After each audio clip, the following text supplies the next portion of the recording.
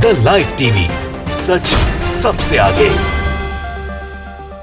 नमस्कार, मैं हूं रंजीत झा और आप देख रहे हैं द लाइव टीवी। बड़ी खबर बिहार से आ रही है, जहां भाजपा के पूर्व विधायक जवाहर प्रसाद को पुलिस ने गिरफ्तार कर लिया है। पुलिस ने उन्हें उनके आवास से उठाया है। दरअसल जवाहर प्रसाद पर सासाराम में रामनवमी के दौरान हिंसा भड़काने का आरोप है।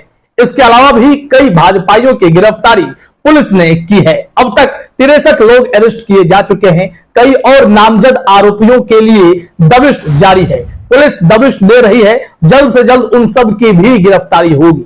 लेकिन बड़ा सवाल यह है कि जवाहर प्रसाद वो नेता है जो 5 बार विधायक रह चुके हैं और भाजपाइयों के चहेते हैं। ऐसे में अब इन पर गंभीर आरोप लगा है कि इन्होंने सासाराम में दंगा भड़काने में अहम भूमिका निभाई है। पुलिस ने इस मामले में पुष्टि भी कर दी है कि हां, जवाहर प्रसाद को गिरफ्तार किया गया है सासाराम हिंसा से जुड़े मामले में। वहां पर नाम नहीं बताने के शर्त पर कुछ स्थानीय यह भी कहते हैं कि सासाराम में एक हनुमानगढ़ी इलाका है, जहां पर इस तरीके के हिंसा की प्लानिंग की जा रही थी, बैठक हुई थी और उस बैठक का नेतृत्व या फिर उस बैठक में ये जवाहर प्रसाद भी शामिल थे। अब इसके बाद से यह चर्चा तेज होने लगी है कि आखिर कितने भाजपाई थे जो बिहार में माहौल खराब करना चाहते थे, माहौल खराब कर हिंदू मुसलमान कर नफरत बांटना चाहते थे और बिहार की सरकार, नीतीश कुमार की नेतृत्व वाली सरकार को बदनाम करना चाहते थे। तमाम ऐसे हथकंडे रामनवमी के दौरान अपनाए गए, जिसमें भाजपाइयों की भूमिका अब धीरे धीरे स्पष्ट होने लगी है। क्या सासाराम में या फिर बिहार शरीफ में इस तरीके की जो हिंसा भड़की है, उसके पीछे भाजपाइयों का हाथ है? जिस हिसाब से पुलिस कार्रवाई कर रही है और एक के बाद एक ताबड़तोड़ गिरफ्तारी जारी है, उससे तो यही लगता है कि बिहार में बीजेपी कुछ बड़ा ही प्लान करने में लगी थी। क्या राजनीतिक महत्वाकांक्षा के चलते बिहार को दंगे की आग में झोंकने की कवायद की जा रही थी? इसको लेकर सवाल उठने लगे हैं। जरा अपने स्क्रीन पर देखिए, एबीपी न्यूज ने भी खबरें प्रकाशित की जानकारी दी है। सासाराम वायलेंस, बीजेपी के पूर्व विधायक जवाहर प्रसाद पर पुलिस का एक्शन, उनके आवास से किया गिरफ्तार। इस मामले में नवीन चंद्र झा जो पुलिस अधिकारी हैं, उन्होंने क्या जानकारी दी है वो भी जरा अपने स्क्रीन पर देखिए। बताया जा रहा है कि इस मामले में नामजद कई आरोपियों के लिए तलाश जारी है, दबिश पुलिस दे रही है और इसी कड़ी में जवाहर प्रसाद की गिरफ्तारी हुई है। पुलिस शुक्रवार देर रात पूर्व विधायक के लश्करीगंज स्थित आवास पर पहुंची और उन्हें अपने साथ गिरफ्तार कर ले गई।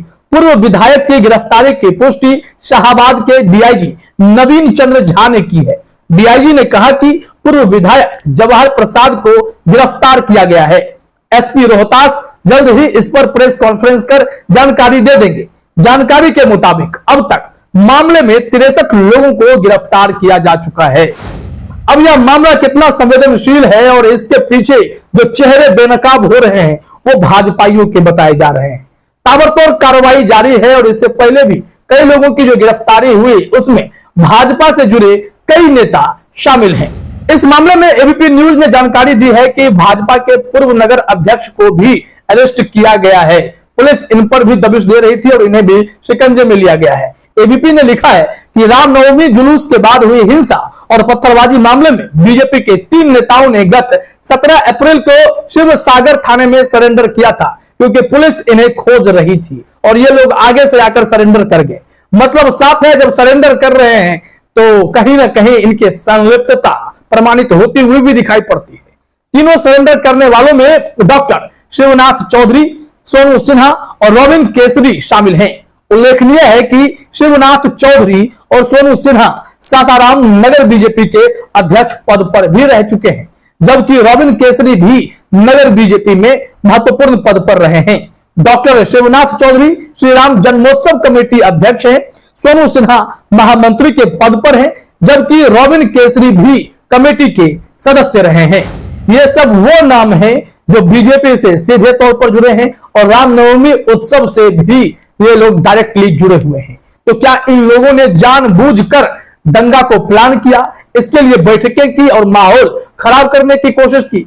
अब जब इस मामले पर पुलिस या कार्रवाई शुरू हुई है तो एक के बाद एक कई भाजपाइयों के चेहरे बेनकाब होने लगे हैं।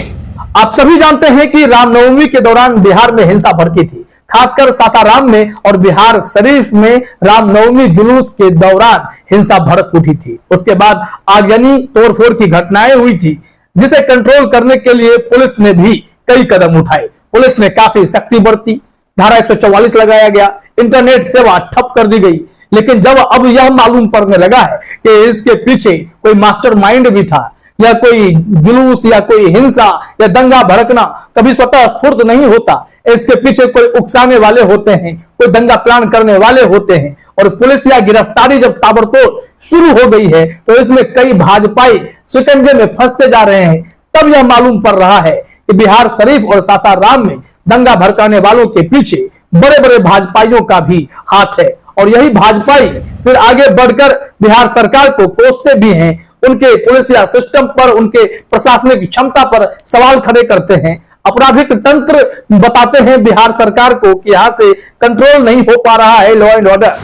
लेकिन जब ऐसे लोग गिरफ्तार होते हैं तो पता चलता है कि ये लोग बिहार सरकार को सही से चलने भी नहीं देना चाहते। ये लोग बिहार के प्रशासनिक सिस्टम को ध्वस्त करने के लिए साजिशें रचते हैं। सासाराम में जिस तरीके से हिंसा हुई और अब भाजपा के सीनियर लीडर जवाहर प्रसाद, जो 5 बार के विधायक रह चुके हैं, वो गिरफ्तार हो गए हैं, तो समझिए कि और कितने चेहरे बेनकाब होने इस मामले में अभी बाकी हैं। इस मामले में बिहार के मुख्यमंत्री नीतीश कुमार ने भी प्रतिक्रिया दी जब जवाहर प्रसाद की गिरफ्तारी हुई। तो जरा देखिए अपने स्क्रीन पर क्या कुछ कहा नीतीश कुमार ने। इस मामले में आज तक ने लिखा है कि सासाराम दंगे में बीजेपी के पूर्व विधायक की गिरफ्तारी पर नीतीश कुमार ने कहा कि अगर कोई दोषी होगा तो उस पर जांच होगी, तो कार्रवाई होगी।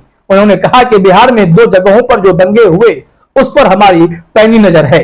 जो इसमें दोषी होंगे, चाहे वह किसी दल के हों, उन पर कार्रवाई तो होगी, फिर चाहे वो जदयू के ही या फिर राजद के ही क्यों ना हो। और इस मामले में अब तक जो पुलिसिया एक्शन हुआ है वो भी जरा अपने स्क्रीन पर देखिए। बताया गया है कि सासाराम और बिहार शरीफ में रामनवमी के दिन हिंसा भड़क उठी थी। इसके बाद सासाराम में बम धमाके और कई राउंड फायरिंग की घटना भी हुई। बिहार शरीफ की घटना में एक व्यक्ति की मौत हो गई थी, जबकि सासाराम में 6 लोग घायल हो गए थे। नालंदा पुलिस ने वीडियो फुटेज के आधार पर कार्रवाई करते हुए 263 लोगों को गिरफ्तार किया था। हालात पर काबू पाने के लिए प्रशासन को इंटरनेट सेवाएं बंद करने के साथ ही धारा 144 भी लगानी पड़ी थी। नालंदा में इतनी गिरफ्तारी, उसके बाद सासाराम में अब तक 63 लोगों की गिरफ्तारी।